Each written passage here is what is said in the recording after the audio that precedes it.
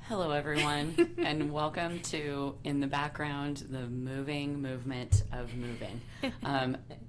Actually, welcome to episode 36 of Genn and Millie, where a Gen Xer and Millennial share the strength-based perspective through which they view the world.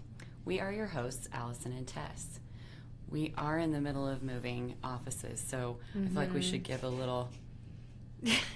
So all of the ripping that you hear is not somebody ripping their pants. It's all I feel like it sounds like. It's just tape in the background. Also sounds a little bit like toilet noises, so I want to be sure and clarify that. A little fun story.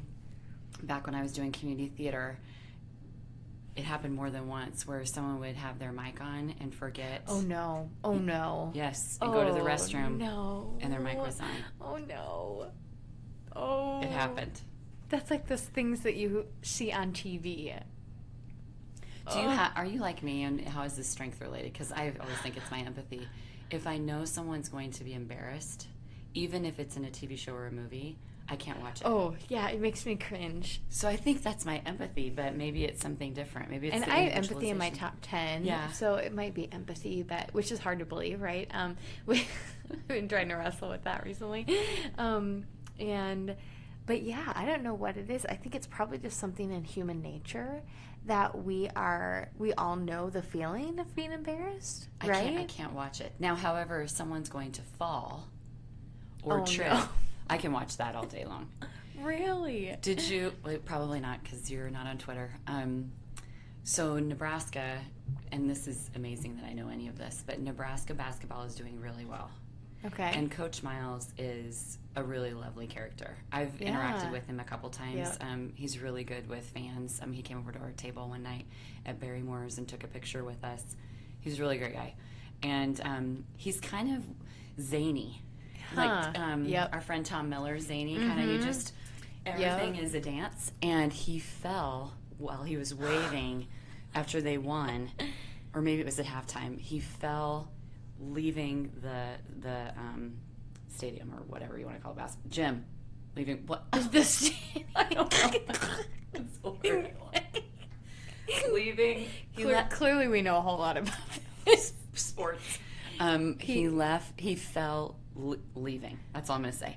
And he rolled, fell while he was waving. Rolled, got up, and did the safe thing. And I have watched this. There are 2 or 3 different angles. I have watched it at least 20 times, and I cry laughing. Probably because he's so good about it. Also because I think when people fall, it's really funny. Now, that doesn't line up with if I know someone's going to be embarrassed. But okay, now I'll strength spot. It's my empathy communication. Because if someone's going to be embarrassed, it's usually, I can't watch it if it's based on their words. Oh, okay. So if they're going to stand up and say, hello, everyone, welcome to the gymnasium, and it's not a gym, like me, I can feel myself doing that. Oh, okay. So I think that's probably where the strength spotting comes in. Okay. That's good. I think that's a pretty accurate strengths spot there, communication. I think for me, and maybe this was okay, everybody's been embarrassed, but maybe it's my context that I can remember it so clearly when I've been embarrassed. So anything like falling, tripping, saying words that you wish you could take right back, those memories are so poignant to me that I can just feel what I feel, and I don't want others to feel that way. So that's a great strength spotting, in the way that empathy could be different. So we've had a lot of questions about that. I've had some recently around, okay, well, then this is why I do it this way. Well, not necessarily, because strengths doesn't define your every move and decision. Yeah. Strengths is an indicator of you at your greatest talent, at your most natural self, but your experiences, your values, all of those things come into play. And I think context with empathy and communication with empathy look a little bit different. Yeah, that makes sense. Huh. We've had some good questions that have come our way recently around strengths, and one in particular has been around balcony and basement. And I know for both you and I, Tess, we try to stay on the 101 level when we're first starting to talk about strengths, because really that's what we want for people to do. We want them to focus on how do you use this in your best days? When are you in moments of flow? When do you feel like, yes, this is me? That's that initial stage of naming, I feel. When we get a little bit deeper into claiming and aiming is where we might start talking a little bit more about basement. Yeah. But what I have found is that human nature, we have a tendency to be able to see them in the basement. Yeah. Quicker sometimes than we can see them in the balcony. I used the phrase lesser talent the other night during a training session in Mullen, and everyone laughed. And because I refused to say weakness. Yeah. And it was kind of funny how they recognized that's what you were saying. That's deliberate language for me. That's good. And I think that as we kind of talk about this today here on Genn and Millie, I want people to keep in mind, if you're brand new to strengths, spend time in the balcony. Yep. Spend some glorious sunshine time on the balcony part of strengths, because that's really going to serve you best. But when you're ready to discover how your strengths might be in the basement, also I think we could talk a little bit about raw and mature as well. Yeah, for sure. And I think it's such a good topic for us to dig into today because, the process that Gallup proposes for development, developing your strengths is naming, claiming, aiming. And I think that we're so quick to get to the aim part, like how do I use these, how do I integrate these into my life, that we forget that knowing and understanding our balconies is part of the claiming process. Right. And while I think that's a cyclical process that you can go back to claiming, you can jump back to aiming, you can jump back to having to name them, like we talked about going back to the initial reports several times and how helpful it is just to name them with that pure language that our experience hasn't distorted yet. Getting to understand our basements is a vital part of the claiming component so then we can aim them. And I think that in coaching and talking with people and just being in kind of a really tough season in my own life personally, what I've come to recognize is that when we have tough days, I think it's less about our strengths, our lesser talents trying to function, and it's actually more about the basements of our top strengths trying to function. And I think that's a really important distinction, that we think, okay, I'm in a tough situation at work. It's probably trying to use my discipline futuristic 34, 33, right? When probably it isn't. It's probably my top 5, my top 10 that are actually just in a really raw basement mode. And I think it's important to recognize that distinction and be able to flush that out to then say, okay, how do I work myself out of the basement? How do I get back to the sunshine moments? It's important to recognize them. Its strengths isn't about, always living in the balcony, but it's also about like trying to get you out of the basement, right? We don't want to dwell in the basement. So yeah, I'm excited to dig into it. It's kind of like the practice of gratitude, where we wouldn't be able to practice gratitude if we didn't have some crappy days. Yeah, yep. And I think we all do. And I think those that have a high level of resilience and have experienced a lot of difficulty, are more likely to grasp the concept of gratitude as a practice. That's good. And I don't know if you've dug in to Simplify magazine this season. It's a great one around generosity and gratitude. Okay, yeah. And how, especially around generosity, you begin by giving, not saying, oh, after I do all of this or after everything else is paid. You start with giving, and they talk about the concept of giving just a little. Yeah. And what that feeling does. Interesting. Kind of like the same thing with gratitude. You start with just a little, and it can be the simplest of things. I try really hard every night to write things down, but I'm trying now to start in the start of my day. What am I grateful for at the start of my day as well, and at the end. So I have these two bookends of grateful moments. Yeah. And I'm following a blog called Habitual Gratitude, and she writes just this tiny bit each day, and then it shows up in my inbox.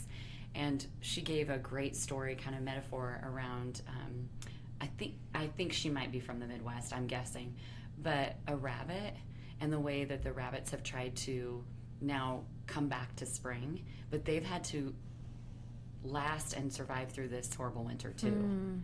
And they're trying to find their way. And she saw this rabbit in her yard and had this moment of realization that there are these similar things in the survival and the way that all of us may be at struggle points with this horrible winter. Yeah. But the recognition that spring is still coming. And she tied it back to gratitude. It was much more beautiful than that horrible job that I did describing that. But I think that it's like that with strengths too. And if we don't have some moments in the balcony, we probably won't or moments in the basement, we probably won't recognize the balcony moments as much.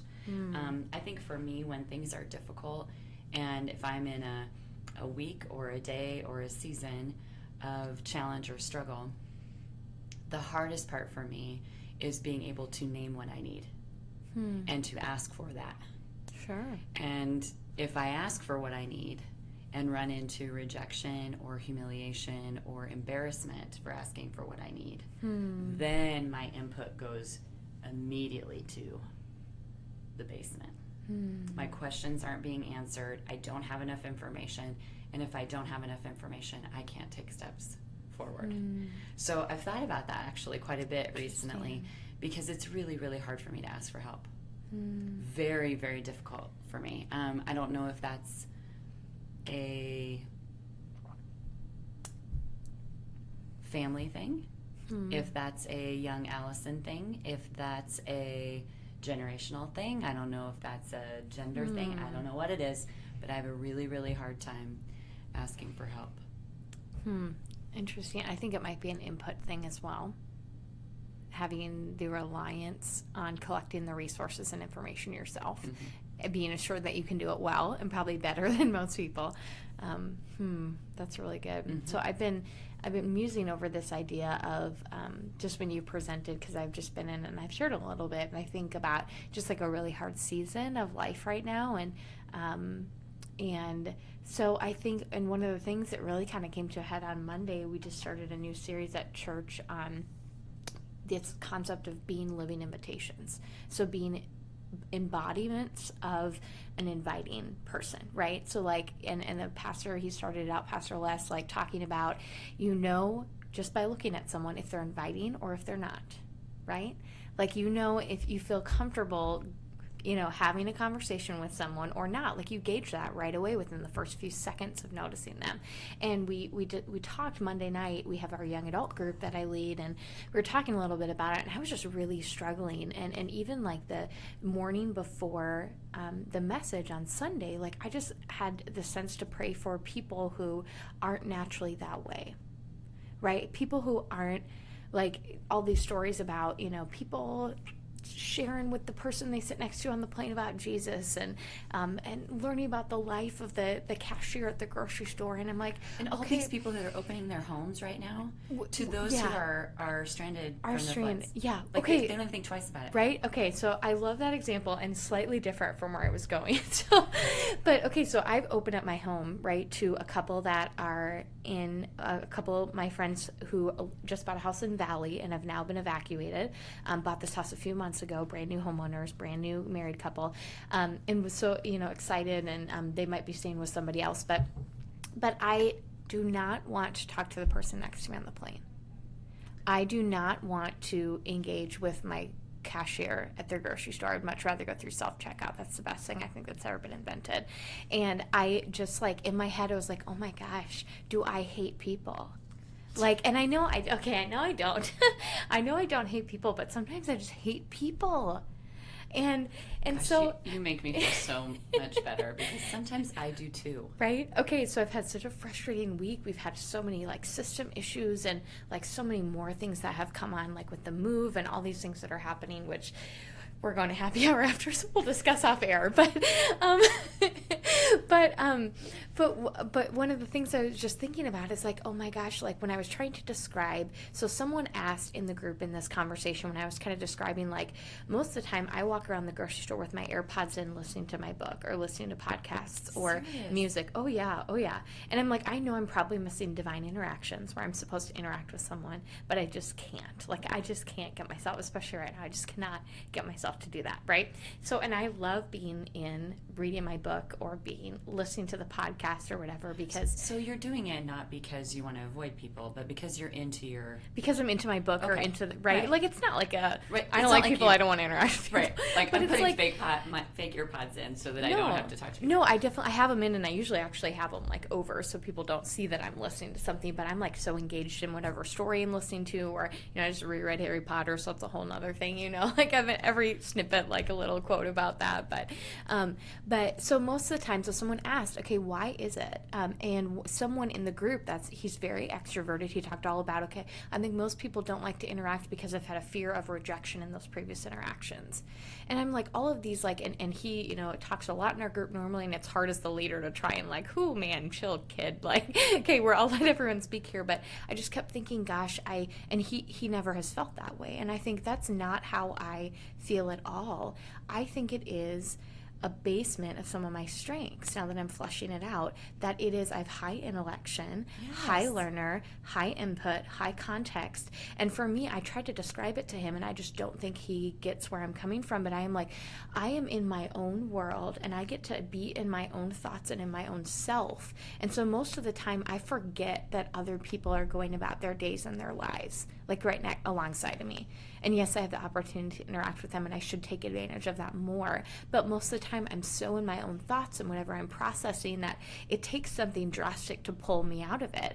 Like, I was going to the bathroom the other day, and I was opening the door outside of our bathroom, and Jen was pulling it open at the same time. And it was one of those where I was like visibly shaken, and I got a reminder on my watch to breathe because my heart rate went up so much because I was just in my own thoughts, like even going about my, day-to-day life and activities. And so but I think that there's such a balance that I need to strike, because when we get into the domains, at least for me, I am pretty much equally in my top 10. I have 6 strategic thinking themes and 4 relationship building themes.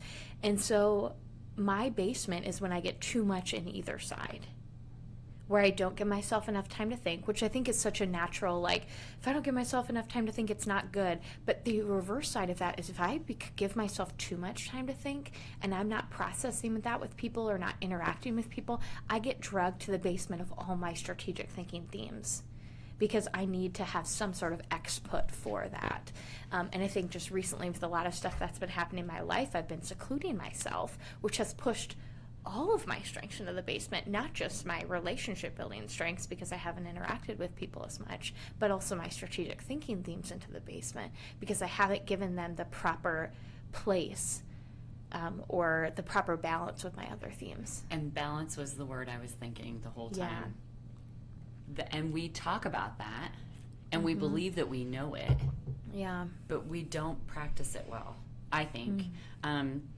Some things that came to mind as you were talking, it reminded me of when we had our friend Jarrell Roach in our Academy on the Art of Joy. And so this is how I spent part of my time. Oh, gosh. Here's a little visual. I have a notebook, and I literally have, there's probably close to 20 tabs in here that I've marked because there are words that I've heard other people say that I want to add to language and training. Huh. Or there are words that other people have said that I want to jot down or I want to put up somewhere so that I can see them. And I went back and looked through. I try to do this with this notebook. Yeah. There's reasons that I jot them down, then I highlight why, and I flag it if it's something that I want to add. And one of the things that he talked about in self-discovery is learning someone while you're learning yourself. Huh.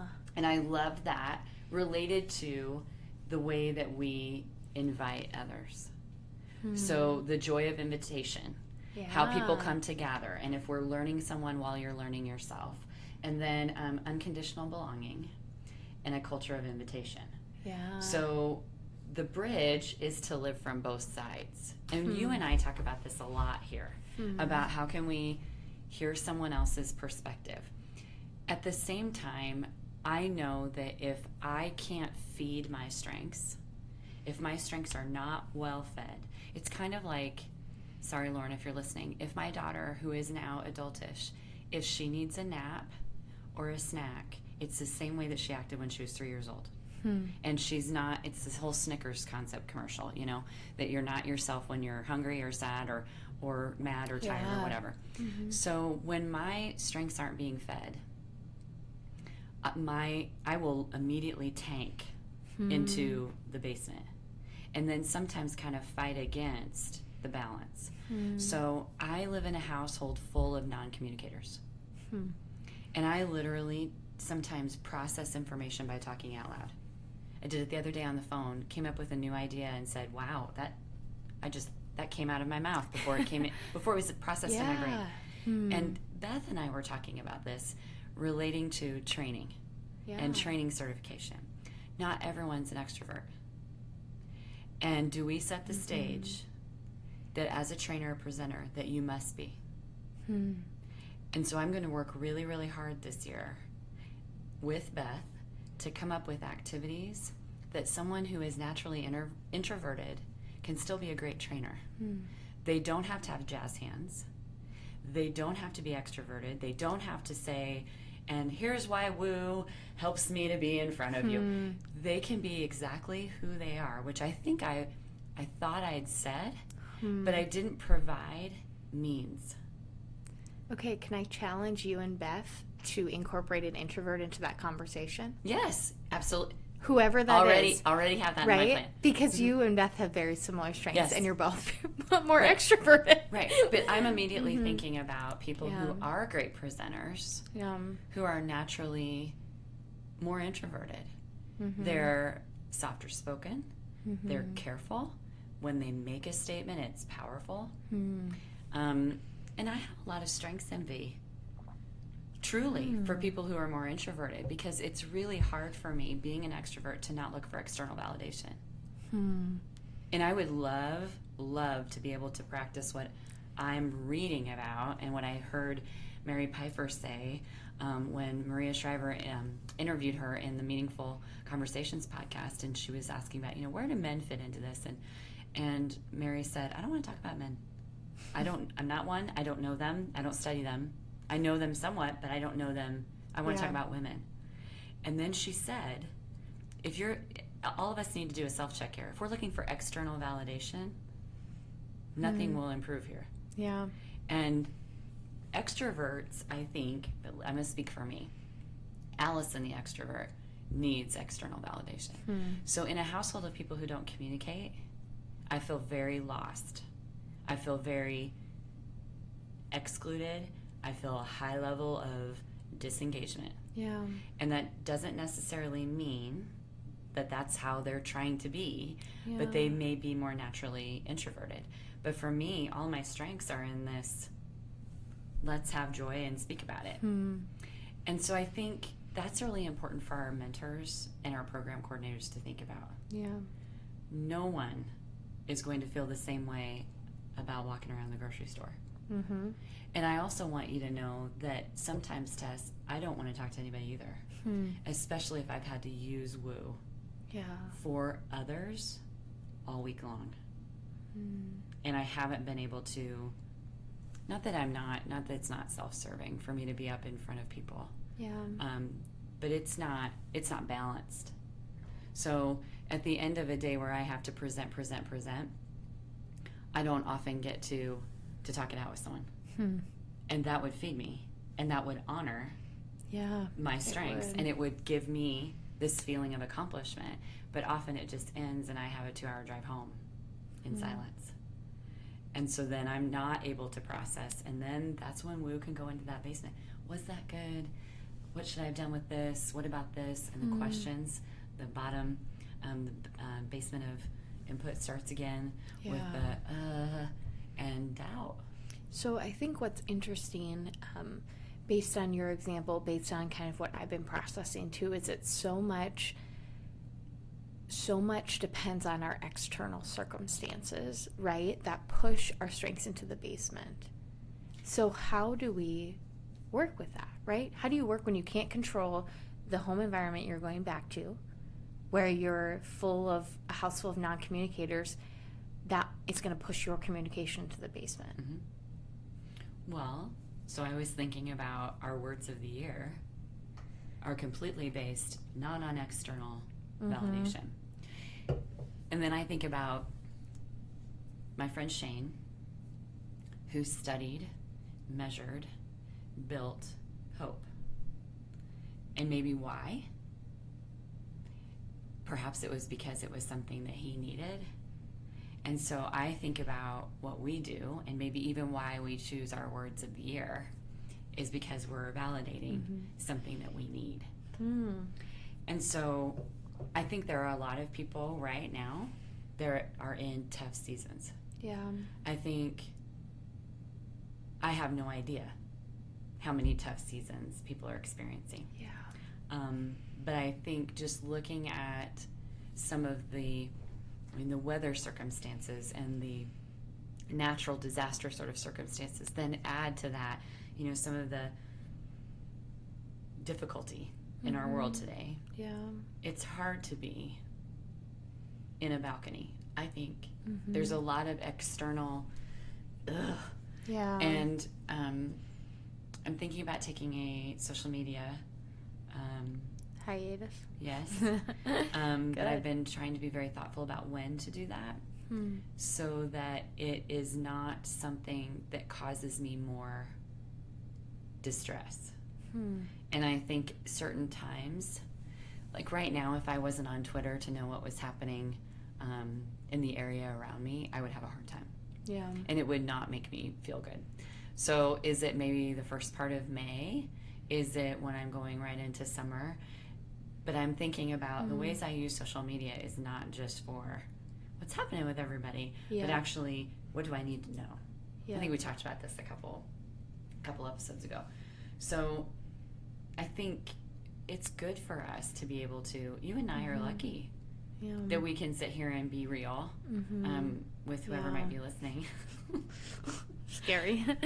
But we can be real about the strength is not a sunshine butterfly thing. Yeah. It's really a deep level of self-awareness. And what you just described about that moment that you are sitting there thinking, no, these are actually related to my strengths in the basement. Yeah. That's the aim level we strive for. Yeah. Because you're recognizing that this is not a forever moment. Not a long-term, yourself and your strengths well enough that it's not going to be a continuous basement. Yeah. Yep. And then what do we need to do to lift those up into balcony? I think that's good, because I think the moment I recognized that was a factor in some of the issues and hard times that I've been experiencing, I think it just helped me to say, okay, well then what does it look like to be in the balcony? Because when you recognize you're in the basement, there's a fundamental opposite of that. When we talk about strengths theory, right? It's the balcony. So what does the balcony and my strengths look like? What do the external circumstances? What are the external circumstances? Just like the ones that drive me into the basement, what are the ones that drive me into the balcony? And I think that's good to recognize, and I'm looking forward to this weekend. Couldn't be more well timed. This awesome. Hopefully my flight gets out of here to go to Chicago this weekend and visit my friends whom I love and who are both very much extroverts and will draw me out to be around people and will make me interact with people, which sometimes is right now probably what I just need. And so recognizing that as much as external circumstances drive us into the basement, what are the circumstances that can drive us into the balcony? So if you know that you go home, right, to that environment, okay, is there a circumstance that can drive you into the balcony beforehand? Do you have to have a happy hour every day after work? I know. That seems like a pretty good external circumstance to me. Well, one of the things that I've been doing is writing. Yeah. So that I am, and I mentioned this earlier in the Genn and Millie season, but it's been something that, it's not this notebook. It's something that I just write in and I don't correct, and it doesn't matter if I can even read my own handwriting. It's more of a release of the words that I need to get out, and that helps me a lot. But I think, Tess, it's really important that all of us think about, what do we need for healing? And can we at least name a couple things that heal us or that help us move in that direction of walking out of the basement? Yeah. And what is it that we need? For me, I need nature. So this has been a really hard season because I haven't been able to get out in nature, and I'm not used to this long of a period nature heals me. Yeah. It is very introvert time for me. It's time for me to not hear anything else other than me. As extroverted as I am, I don't like to exercise with anyone. I like to do that alone because I need that time, typically in nature. This is the longest I've ever gone without being able to run outside. Now, I know there are lots of people, Tom Miller, that run all season long. I'm not. Yeah. I know my body. I also know my risk. And yeah. I am very conscientious of that. But this is the longest I've gone without a hike at my favorite hike spot. This is the longest I've gone where, it's a challenge to find space to walk around. Yeah. And when I was thinking about that, because how many people live like that all the time? That they don't have access to a safe place to be out in nature or to walk or to do something that might heal them. I think that's given me some point of gratitude that I have a gym. Yeah. I can face the sun. I have my big picture window where I can see the sunrise. I can go for a drive and look at the sunset. I've had my windows down pretty consistently for a while. I'm sure people are driving by thinking it's 34, but I'm so glad to just have fresh air. Yes, that's good. So what heals you? Oh gosh, for me it's travel. When you're describing that, I was like, it is getting out of my normal routine, right? Which is an interesting thing, I think, because I'd love your opinion on this, because I have high adaptability, so it might be a basement of adaptability when I'm in a little bit of a rut. But I was also thinking it might be a needing to function in discipline, which is 34 out of 34. But I think they can be one and the same, right? If those are least likely pairs like that, where... So I think it's your learner and your need to explore and discover. True. And I think that's been hard. School right now, it's been at such a slow pace, so I have not been learning as much as I normally do. And so I think I'm starved for that too. I thought about signing up for a piano or violin class or something like that. You are destroying books. Oh my gosh, yeah. I'm up to 40. I see your Instagram story. I'm like, didn't you just post 2 days ago about currently reading? I'm like, yeah, I'm getting through 1 or 2 books, or book every day or every other day right now. Okay, so you need to explore and discover. I think your coursework is very controlled. Yeah, it is. It's controlled learning environment. When I think your adaptability learner blend loves travel because you get to discover. I'm assuming you're going to do things on this trip that you've never done before. I'm excited. Yeah, I hope so. Yeah. Are you staying somewhere you've never stayed before? With my friend. But she's in a new apartment, so that'll be fun. But I will be going to her house via public transportation because we're so far away from the airport. So I'm excited to figure out which line I have to go to transfer. I have to make a transfer. I already looked at my route to figure out. So I'm excited about that. I've been to Chicago a few times, so I'm not quite as excited. But I don't know how much time we have left. So I don't think I told you this, and here's great news for everybody here, which is why I think there's something in this that kind of clicked when you said this question of what heals you. I had a dream, and I don't dream hardly at all, but right. I had a dream. It was one of those in between after I'd fallen back asleep, semi-conscious dreams about London, and I've always wanted to go to London. I've always thought I want to live in London someday. Love British culture. Later that day, synchronicity, got an email from a cheap flight subscription service that had tickets to London. I've subscribed to the service for probably 2 years. Never seen London pop up. It never gets discounted rates for this fall into the next spring. So I booked a flight. I'm going to London on January 1st, so I still 10 months, but I'm going to take my annual start of the year trip, and that's where I'm going to go. On New Year's Day. On New Year's Day I fly out, and then I come back on January 6th, so I'll be there. I'll arrive there on my birthday. Okay, yay. So we just talked about law of attraction, did we not? We did. Just here in the office the other day. And I was just kept thinking synchronicity. I'm and it isn't even law of attraction. To me, it was that was connectedness saying, okay, I think I'm supposed to do this, because it wasn't just I was seeing it. I've gotten hundreds of emails from this cheap flight service. Also, you have mentioned London quite a few times, if you'll recall. I'm also wearing my Beatles shirt. I saw that. You have mentioned London quite a few times. I think even it's come up in different presentations. Someone Probably. asked us a question about living. Oh, where? So this is law of attraction in a lot of ways. So this is a whole nother Genn and Millie episode, but I've been learning more about the law of attraction and trying to put messages out to the universe about the things that I hope for. So I went to Mullen and was completely in awe, and I hope you're listening, Sookie. I love Mullen. Oh, and I love Sookie because she is who I hope to be. yeah. She said, well, I just got back from a trip, and I believe, and I hope I don't get this wrong, the St. Thomas area. And she told me that in her email, and then she was adjusting back to the weather, and then she'd gone to Washington and adjusting back to the weather. And I said, wow, you're just like traveling. And she explained to me that she had gone on I thought it was a cruise. It was not a cruise. It was a sailing. Stop. It's like a catamaran, but not a catamaran. And I asked her specifically, I don't know if you saw this in our Strengths Wrap-Up, I asked her to send me the information about it, and she did. And now I have on my bucket list, and also I will be doing some law of attraction and manifesting around. You're on the ship. You're on the sailboat the whole time. And she said they rarely ported anywhere. Her brother's scuba. Oh my gosh. And so there were strangers on the boat. It's like 6 days. So I thought, this is awesome.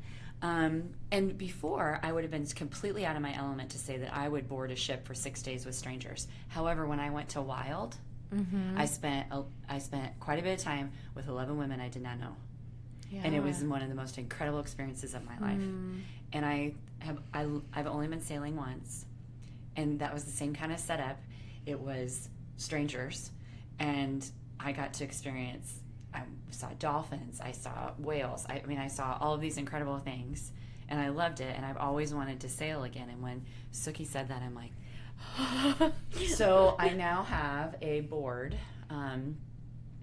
I've had a board called Bucket List. Yeah. And I add those things, and I also try to plant seeds about it, because the law of attraction means that what we put our energy and effort in, thoughts, what we think about, will manifest. Now that makes sense to me. If we're connected, right, of course it makes sense. But if we're sitting around talking about how horrible things are, yep, that's what we're going to see. Right. If you are thinking about how amazing the world is, and you're in gratitude, or you're thinking about Chicago on St. Patrick's Day, like, you gotta be kidding me, that's awesome.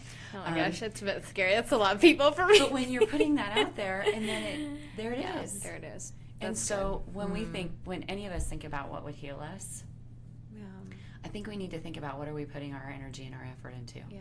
And I'm just as guilty about this. Yeah. I can get stuck really easy and get really mad and super frustrated, and then it's hard for me to come out of that. Yeah. This is something that heals me. Yeah. When we get to do this, whether it's in the office or like this. And I get a little bit nervous about change, what the change of office looks like. I've become very reliant on being able to have you right across sharing my thoughts with, because that helps me process, but it also helps me think about what I'm putting out to 9,000 matches. Yeah. And I need external conversation about it. So I get a little, what's this going to be like? But I also think recognizing to be able to say, I'm going to need this.